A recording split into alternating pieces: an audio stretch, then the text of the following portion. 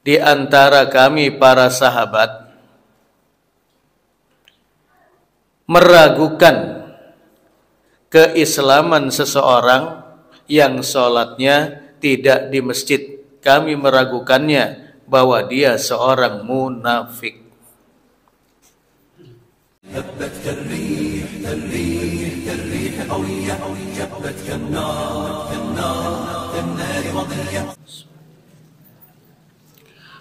Assalamualaikum warahmatullahi wabarakatuh. Alhamdulillahi qail wa aqimus salata wa atuz zakata warka'u ma'ar raki'in. Asyhadu an la ilaha illallah wahdahu la syarikalah wa asyhadu anna Muhammadan abduhu wa rasuluhu, amma ba'd. Yang sama-sama kita hormati dan muliakan imam dan takmir masjid dan pengurus Masjid Al-Jihad, hadirin wal hadirat, jamaah kajian rutin Jumat malam Sabtu yang dimuliakan Allah Subhanahu wa taala. Kita memuji Allah Subhanahu wa taala atas segala karunia, nikmat, inayah, hidayah dan taufiknya, sehingga dengan nikmat tersebut kita menjadi ringan untuk melaksanakan ibadah, menjadi mudah untuk mengikuti taklim, dan terasa dekat untuk selalu merapat ke masjid. Salawat teriring salam semoga senantiasa tercurah kepada Rasul junjungan kita Nabi Agung Muhammad sallallahu alaihi wasallam sebagai qudwah hasanah kita di dalam meniti hidup dan kehidupan ini. Jamaah sekalian, ngaji kita pada malam ini terkait dengan 6 catatan merah yang terkait dengan sholat berjamaah. Jamaah sekalian, terkait dengan keutamaan sholat berjamaah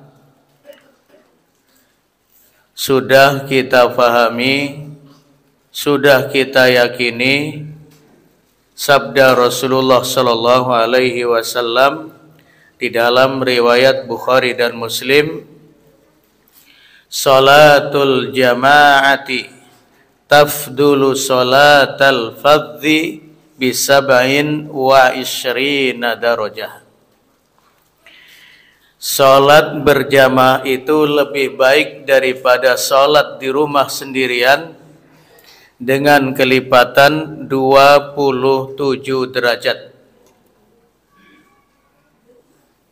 Bahkan dalam riwayat Abdullah bin Umar disebutkan, semakin banyak jumlah orang yang melaksanakan salat berjamaah, maka semakin besar pula pahala yang kita raih dari kelipatan 27 derajat.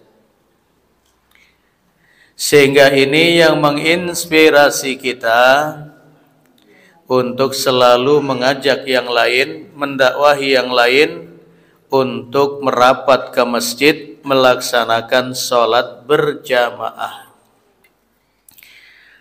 Namun ada beberapa catatan yang terkait dengan kesempurnaan sholat berjamaah.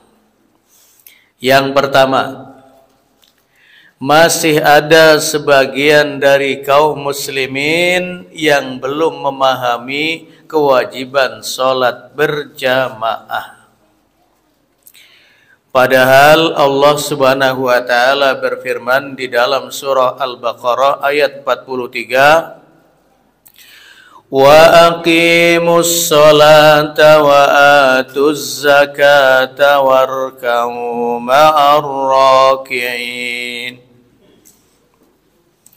Dirikanlah sholat, tunaikanlah zakat, dan rukuklah bersama dengan orang-orang yang rukuk.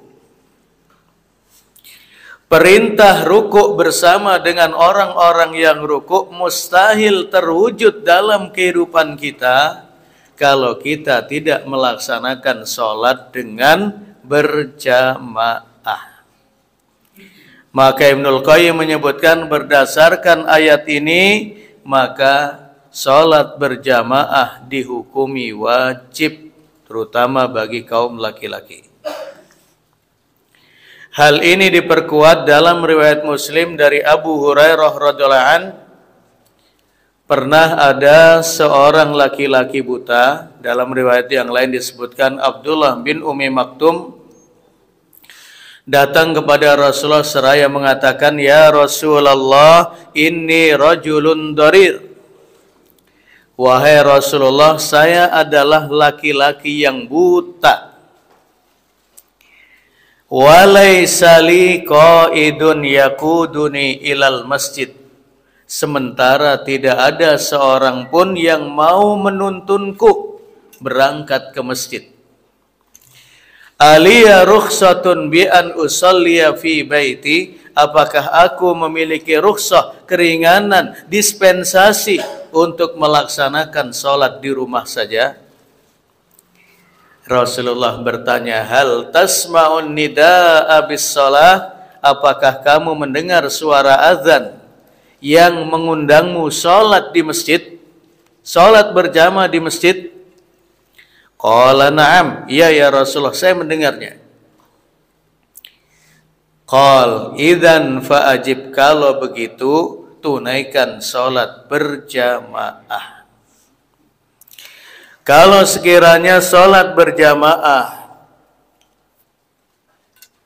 bukan merupakan rukhsah, keringanan, dispensasi kepada seorang yang buta, apalagi bagi orang yang segar bugar, sehat walafiat secara fisik. Bahkan Rasulullah memberikan ancaman dalam riwayat Abu Dawud, man sami'an nida'a bis salati falam ya'tihi fala salata lahu illa min udhrin. Siapa yang mendengar suara adzan yang memanggilnya sholat berjamaah di masjid tetapi dia tidak mengindahkannya, maka tidak ada pahala sholat baginya illa min udhrin, kecuali kalau dia memiliki udhur seperti sakit dan yang lain.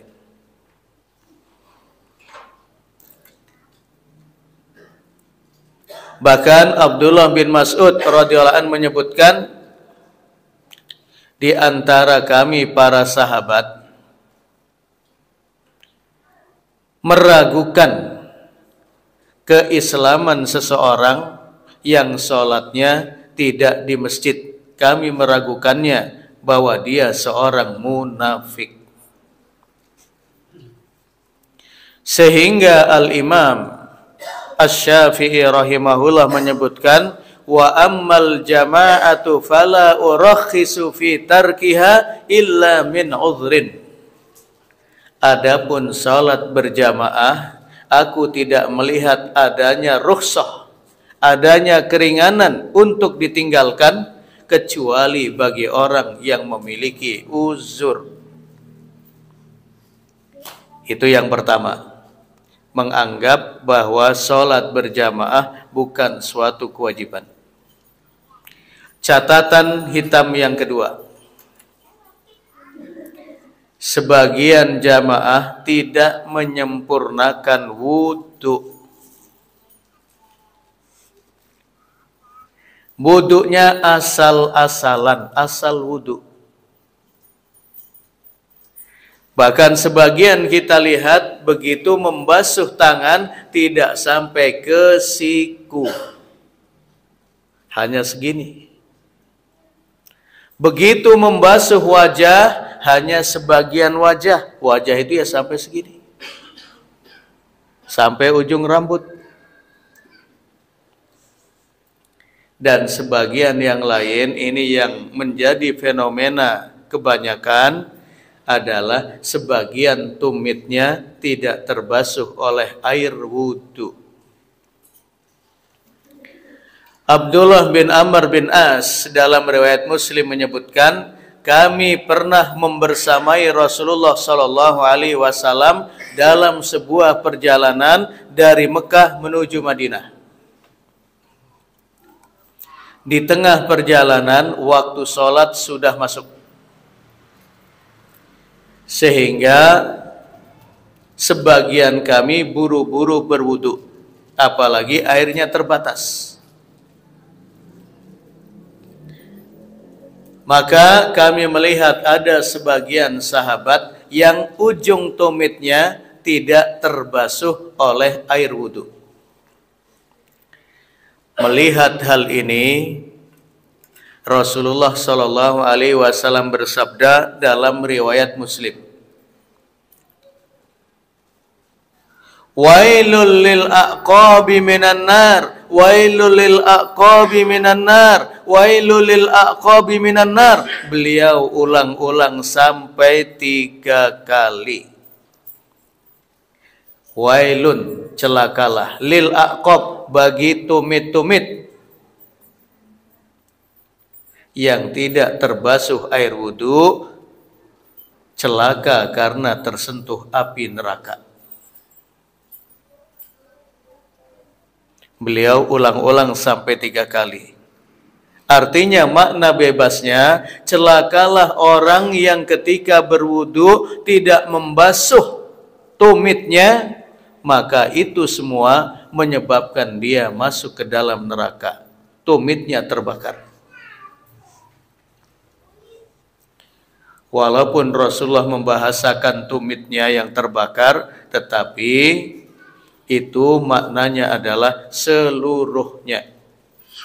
Sehingga Rasulullah mewanti-wanti diulang-ulang sampai 3 kali. Wailul lil aqabi minan nar, wailul lil aqabi minan nar, wailul lil aqabi minan nar. Celaka, celaka, celaka masuk neraka tumit yang tidak dibasuh oleh air wudu. Kemudian beliau melanjutkan, asbighul wudu, sempurnakanlah wudu kalian.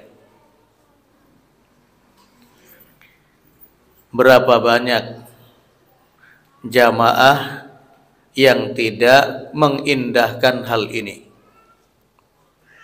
apalagi kalau berwudunya terburu-buru, sudah iqomah, khawatir telat 1 rakaat 2 rakaat, waduh wudunya kayak apa. Kata Rasulullah, asbighul wudu, sempurnakan wudu kalian kalau tidak ingin masuk neraka.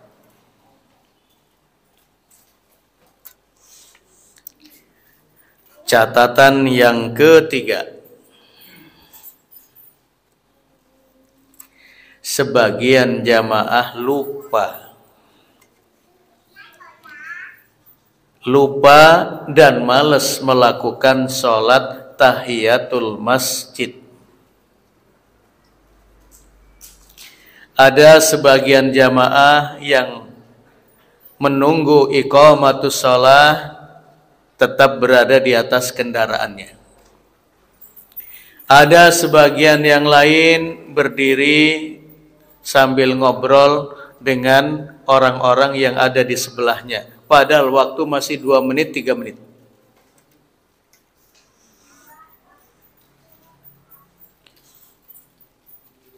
Jabir bin Abdillah menceritakan dalam riwayat Muslim, dalam riwayat Bukhari dan Muslim, ataitun nabiyya sallallahu alaihi wasallam wa huwa fil masjid. Suatu ketika aku menghampiri Rasulullah sallallahu alaihi wasallam ketika beliau duduk di masjid. Kata Rasulullah, sholli rakaatain, sholat dulu 2 rakaat baru menghampiriku. Sholat dulu 2 rakaat tahiyatul masjid baru kesini. Dan dalam riwayat muttafaq alaihi yang lain disebutkan, idza dakhala ahadukumul masjida falyarka rak'ataini qabla an yajlis. Apabila salah seorang dari kalian masuk ke dalam masjid, maka sholatlah dulu 2 rakaat tahiyatul masjid sebelum ia duduk. Dan bahkan sholat tahiyatul masjid tetap diperintahkan oleh Rasulullah walaupun dalam suasana khutbah Jumat. Jabir bin Abdullah radhiyallahu anhu dalam Sahih Muslim menceritakan, ketika Rasulullah Shallallahu Alaihi Wasallam sedang khutbah Jumat, masuklah seorang sahabat yang bernama Sulaik al-Ghatafani. Begitu melihat Sulaik al-Ghatafani langsung duduk, tidak sholat 2 rakaat, maka Rasulullah menghentikan, memutuskan khutbahnya seraya bersabda, "Qum ya Sulaik." Berdiri ya Sulaik. Irka rak'ataini wa tajawwaz fiha. Salatlah 2 rakaat dan ringankanlah salatmu. Artinya cukup rakaat yang pertama membaca qul ya ayyuhal kafirun, rakaat yang kedua qul huwallahu ahad. Yang ringan, gak usah panjang-panjang, tapi salat tahiyatul masjid. Kemudian Rasulullah Shallallahu Alaihi Wasallam bersabda, "Tsumma qala, idza jaa ahadukum al-masjida yaumal jum'ati wal imamu yakhtub falyarka rak'ataini wal yatajawwaz fiha." Apabila salah seorang dari kalian masuk ke dalam masjid sementara imam sedang mengumandangkan khutbahnya, maka sholatlah 2 rakaat tahiyatul masjid dan peringan sholatnya. Artinya jangan berlama-lama.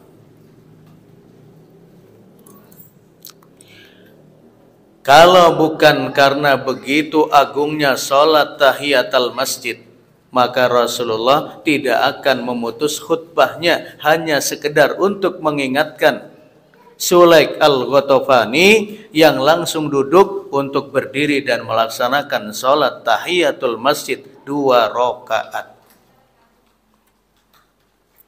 Hatta walau tinggal 1 menit, sholatlah tahiyatul masjid.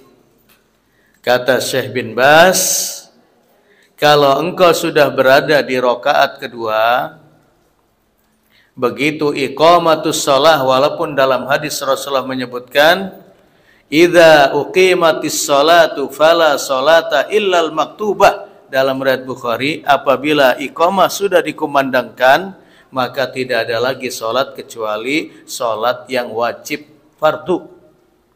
Tetapi kata Syekh bin Baz, kalau sudah berada di rakaat yang kedua, apalagi sudah ruku, sudah sujud, selesaikan sholatnya. Tetapi kalau masih berada di rakaat yang pertama, diputus sholatnya dan dia sudah mendapatkan pahala tahiyatul masjid. Sehingga dengan ini enggak ada kita menunggu sambil ngobrol ini itu sementara waktu masih ada.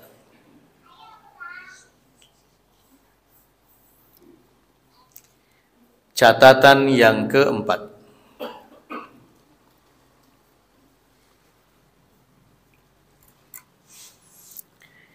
berlambat-lambat melaksanakan sholat berjamaah. Wah, imam kita ini biasanya bacanya panjang-panjang, santai dulu. Allahu Akbar, baru adzan, santai dulu, masih bisa ngopi, masih bisa ngeteh. Allahu Akbar, asyhadu an la ilaha illallah. Santai dulu baru qomat. Jalannya santai. Sehingga sampai di masjid, paling cepat imam sudah membaca ayat-ayat atau surah dalam Al-Quran. Sehingga kita sudah tidak mendapatkan takbiratul ihramnya imam. Padahal Rasulullah Shallallahu Alaihi Wasallam memberikan tawaran yang sangat-sangat luar biasa terkait dengan orang yang sholat berjamaah mendapatkan takbiratul ihramnya imam. Nggak main-main itu. Di dalam riwayat Tirmidzi dan dihasankan oleh Syekh Albani, Rasulullah Shallallahu Alaihi Wasallam bersabda, "Man sholla lillahi." Siapa yang sholat karena Allah. Itu syarat yang pertama. Jadi sholatnya karena Allah, bukan karena dunia. Bukan karena menjelang pilkada, bukan karena menjelang pilek supaya dipilih dan seterusnya, kemudian rajin sholat berjamaah. Lillah, man sholla lillah. Syarat yang pertama, siapa yang sholat karena Allah semata.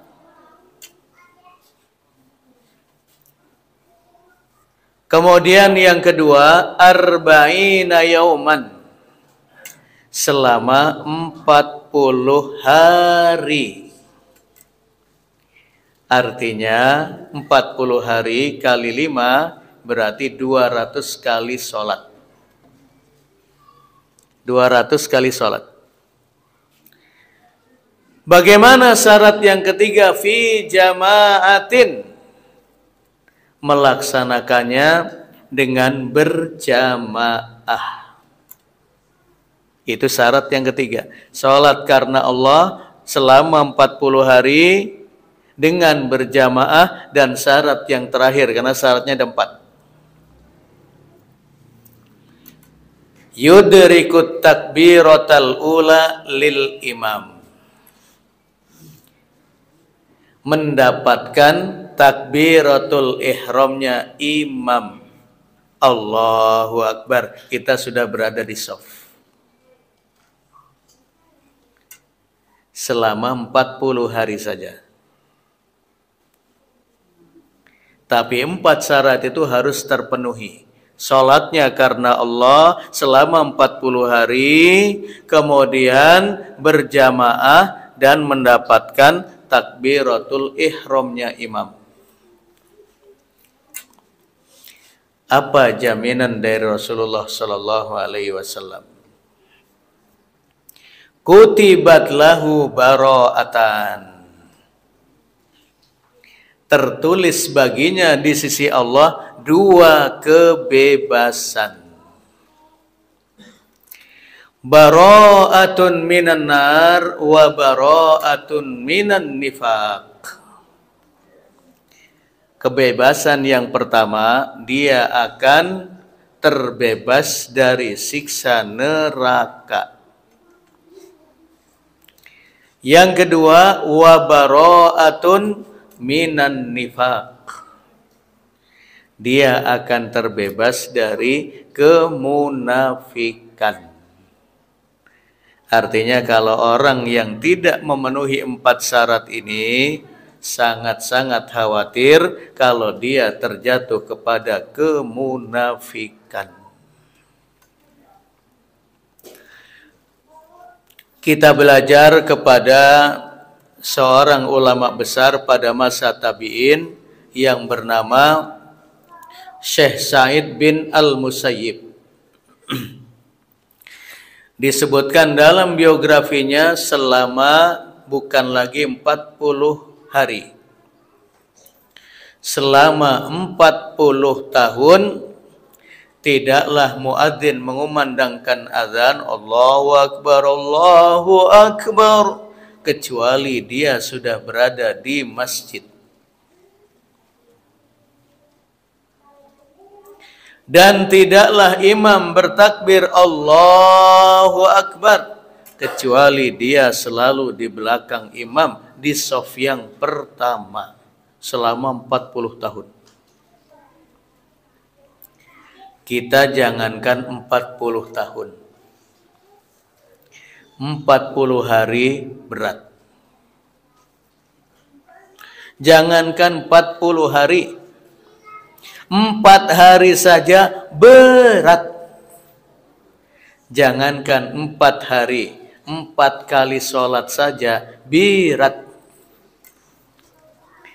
Untuk memenuhi 4 syarat ini, sholatnya karena Allah, ya, kemudian dengan berjamaah 40 hari, kemudian mendapatkan takbiratul ihramnya imam. Dan ada yang beralasan sudah, yang penting walaupun hanya sekedar mendapatkan tasyahud akhirnya imam, itu sudah termasuk sholat berjamaah. Iya, tetapi pahalanya berbeda-beda.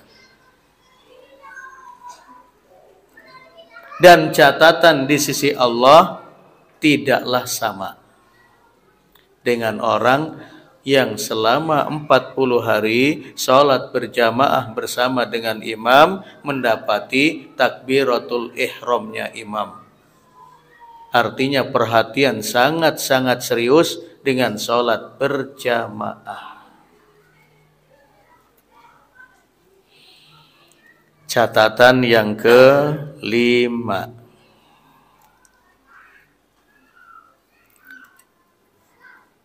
ada sebagian jamaah yang kita lihat mendahului gerakan imam.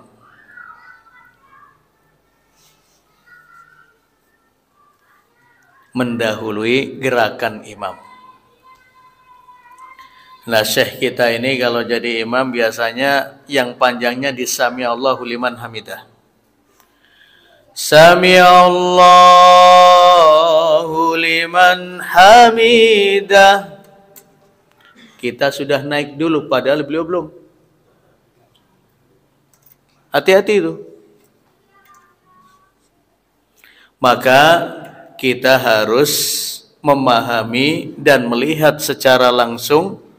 Dan ibu-ibu bertanya kepada bapak-bapak yang di depan.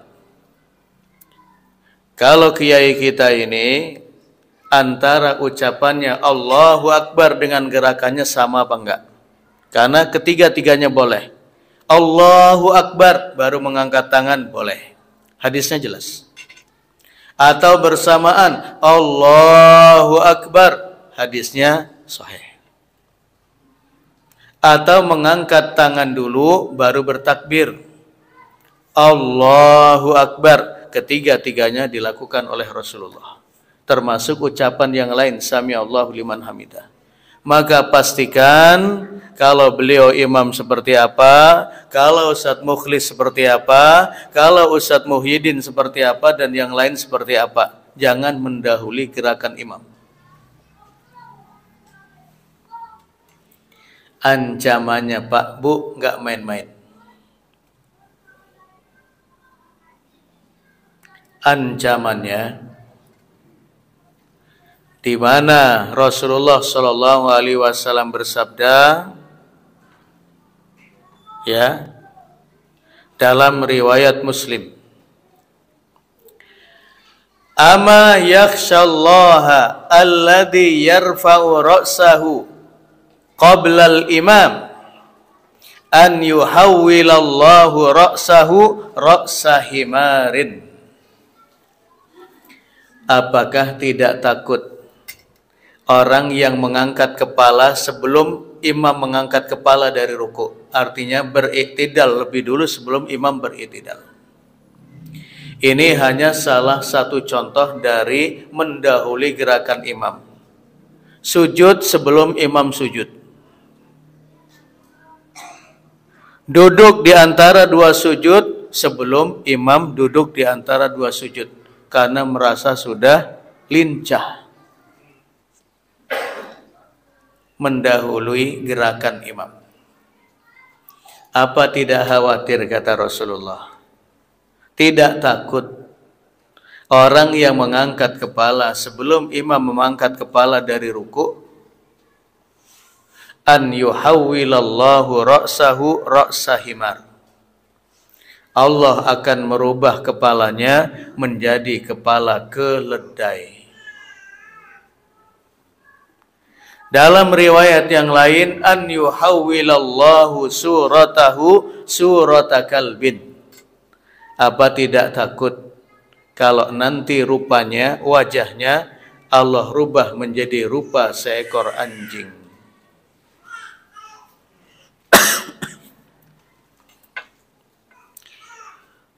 Ibnul Imad Asy-Syafi'i menyebutkan makna dari itu ada dua versi. Yang pertama, yang diganti, dirubah pada hari kiamat oleh Allah Subhanahu wa taala itu hanya kepalanya menjadi kepala keledai, tetapi tubuhnya tubuh manusia. Atau rupanya menjadi rupa seekor anjing, tetapi tubuhnya itu masih dalam wujud manusia. Itu pada hari kiamat. Makna yang kedua, seluruh tubuhnya dari kepala sampai kakinya Allah rubah wujudnya menjadi keledai atau seekor anjing. Wa dzalika 'alallahi yasir, bagi Allah sangat mudah. Dan itu sudah terjadi pada masa Bani Israel di dunia, apalagi nanti di akhirat. Di mana Bani Israel yang hidupnya syati'il bahar, di tepi pantai, itu dilarang oleh Allah Subhanahu wa taala untuk menangkap ikan, baik dengan mengail, dengan menjaring atau memancing dan seterusnya, dilarang pada hari Sabtu. Tetapi mereka melanggarnya. Maka dalam surah Al-A'raf disebutkan, kunu qiradatan khasi'in, jadilah kalian kera-kera yang hina. Ibnu Katsir rahimahullah dalam tafsir Al-Qur'anil Azim menyebutkan, rupa dan wajah mereka, tubuh mereka betul-betul Allah rubah menjadi seekor kera yang besar. Setelah hidup mereka 3 hari, Allah musnahkan, Allah matikan. Dan itu sudah terjadi di dunia. Apakah nanti di akhirat itu lebih mudah lagi? Maka jangan sekali-kali mendahului gerakan imam. Karena dalam riwayat Bukhari dari Abu Hurairah, innama ju'ilal imamu liyutamma bihi. Karena imam itu diadakan, imam itu ditunjuk untuk diikuti, bukan untuk didahului. Idza kabbaru fakabbiru. Apabila imam bertakbir, bertakbirlah, dan begitu seterusnya.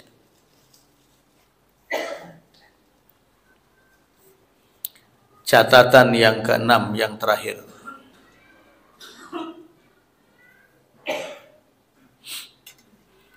Tidak mengindahkan, tidak memperhatikan, tidak bersungguh-sungguh merawat sholat sunnah rawatib yang sebelum dan sesudah sholat fardu. Ada sebagian orang itu cukup dengan sholat jamaah saja, nggak pernah sholat sunnah. Padahal Rasulullah SAW telah menawarkan tawaran yang sangat indah. Man thabara ala sintai asrata rok'atan minas sunnah. Siapa yang memelihara 12 rakaat dari sunnah. Dalam riwayat yang lain, fil yaumi wal lailah, dalam sehari semalam 12 rakaat. Bunyalahu bihinna baitun fil jannah, akan dibangunkan baginya rumah di surga. Dalam riwayat Nasai disebutkan dakhalal jannah, dijamin dia masuk surga. Kemudian Rasulullah merinci dalam riwayat Tirmidzi, arba'an qabla dzuhri, 4 rakaat sebelum sholat zuhur, 2 rakaat salam, 2 rakaat salam. Wa raka'ataini ba'daha, ditambah dengan 2 rakaat sesudah sholat zuhur. Wa raka'ataini ba'dal maghrib, 2 rakaat setelah maghrib. Wa raka'ataini ba'dal isya, 2 rakaat setelah isya. Wa raka'ataini qoblal fajri, dan 2 rakaat sebelum sholat subuh. Cukup 12 rakaat, kalau dipelihara dalam hidup, dijamin dibangunkan rumah di surga, dijamin masuk surga. Sehingga Ummu Habibah yang meriwayatkan hadis ini mengatakan, aku tidak pernah meninggalkan sholat 12 rakaat ba'da'an sami'tuha min Rasulillahi sallallahu alaihi wasallam, setelah aku mendengar langsung keutamaan yang begitu hebat dari Rasulullah sallallahu alaihi wasallam. Itu 6 catatan hitam, catatan merah terkait dengan pelaksanaan sholat berjamaah. Yang pertama, tidak meyakini kewajibannya. Yang kedua, tidak menyempurnakan wudhunya. Kemudian yang ketiga, meninggalkan sholat tahiyatul masjid. Kemudian yang keempat, tidak mendapatkan takbiratul ihramnya imam. Yang kelima, mendahului imam. Dan yang keenam, tidak menjaga sholat sunnah rawatib. Itu beberapa catatan yang terkait dengan sholat berjamaah. Taib, hal min soal, ada pertanyaan? Monggo.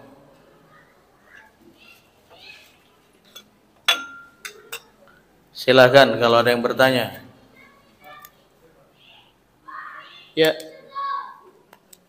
Tanya Pak, mana yang lebih utama, sholat tahiyatul masjid atau sholat sunat rawatib?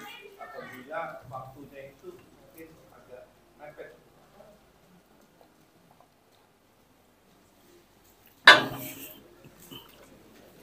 Jawabannya bisa digabung niatnya. Jadi dengan sholat 2 rakaat itu niatannya bisa 3. Sholat sunnah mengiringi wudhu. Pertama, dengan sholat 2 rakaat pula sholat tahiyatul masjid. Dengan sholat 2 rakaat itu pula niatannya sholat sunnah rawatib. Jadi satu amalan bisa dengan 3. Makanya orang yang memahami fikih niat itu nilainya lebih besar di sisi Allah daripada orang yang tidak memahami fikih niat. Selama derajatnya sama. Sama misalnya kita puasa Senin dan Kamis. Senin dan Kamis. Kebetulan itu di bulan Syawal, boleh niatnya digabung dengan puasa 6 hari di bulan Syawal. Kemudian bertemu pula dengan Ayyamul Bid 13, 14, 15, boleh digabung. Amalannya 1 tapi 3 pahala. Itu kalau derajatnya sama. Sama-sama sunnah. Tetapi kalau derajatnya sudah berbeda, 1 sunnah, 1 wajib, nggak bisa digabung. Makanya bagi ibu-ibu yang memiliki qadha puasa karena Ramadannya terhalang oleh ini dan itu, maka puasa qadha itu menjadi wajib sehingga tidak bisa digabung dengan puasa 6 hari di bulan Syawal karena derajatnya sudah beda, wajib dengan sunnah. Itu. Satu lagi kalau ada. Kenapa? Puasa nadar, ya. Jadi puasa yang wajib itu pertama puasa Ramadan. Yang kedua puasa nadar, itu wajib hukumnya. Yang ketiga puasa qada, itu wajib. Puasa nadar. Nah, puasa nadar itu termasuk puasa wajib. Misalnya kalau anak saya diterima ASN, maka saya akan berpuasa 7 hari berturut-turut. Ya, itu menjadi wajib baginya. Menjadi wajib. Harus ditunaikan. Selama nadarnya bukan untuk maksiat. Bukan untuk maksiat. Selama nadarnya itu benar. Nah, sehingga dia kedudukannya menjadi wajib, sehingga tidak bisa digabung dengan puasa sunnah karena dia nadar. Karena dia nadar, tetapi memang nadar itu harus disesuaikan dengan keadaan kita. Jangan melampaui batas. Kalau anak saya diterima di polisi, ya, di polisi, maka saya akan berpuasa 3 bulan berturut-turut. Puasa sebulan Ramadan saja kempas kembang kempis. Gimana bos 3 bulan berturut-turut? Itu namanya melampaui batas. Wah, kalau nanti anak saya begini-begini atau saya sembuh dari sakit, saya akan mengumrohkan 10 orang. Dia sendiri untuk umroh sendiri saja kembang kempis. Gimana mengumrohkan 10 orang? Maka diukur. Dalam ibadah apapun tidak boleh melampaui batas.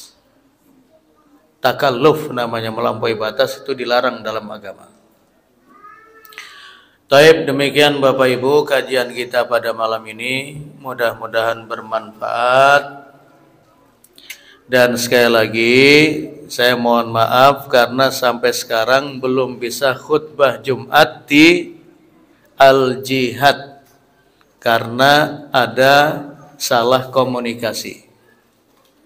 Saya sudah sampaikan di awal kepada pengurus Dewan Dakwah dan juga kepada Ustadz Muhyiddin waktu itu, saya boleh dijadwal, tetapi silakan diambil Jumat kedua genap.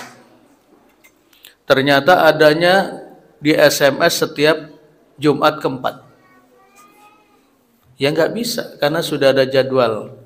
Jadi dari Jumat pertama sampai Jumat kelima itu sudah full jadwal. Tetapi untuk Jumat kedua genap itu masih bisa disiasati. Ya.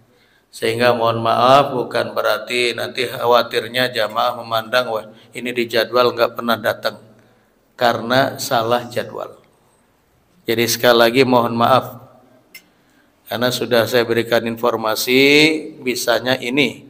Ternyata yang muncul setiap Jumat keempat, entah itu genap atau ganjil, ya nggak bisa. Taib, demikian, mudah-mudahan bermanfaat. Hadanallahu wa iyyakum ajmain. Assalamualaikum warahmatullahi wabarakatuh.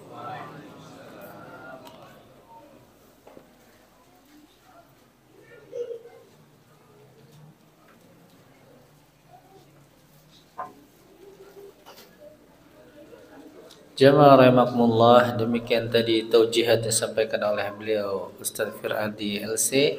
Semoga apa yang beliau sampaikan dapat kita pahami dan kita amalkan di dalam kehidupan kita sehari-hari. Meningkat acara selanjutnya, yakni penutup, marilah kita tutup acara ta'lim pada malam hari ini dengan membaca lafaz hamdalah dan kafaratul majlis. Alhamdulillahi rabbil alamin. Subhanakallahumma wa bihamdika asyhadu an la ilaha illa anta astaghfiruka wa atubu ilaik. Akhirul kalam, assalamualaikum warahmatullahi wabarakatuh. هبت كالريح قوية، جبت كالنار كالنار وضية.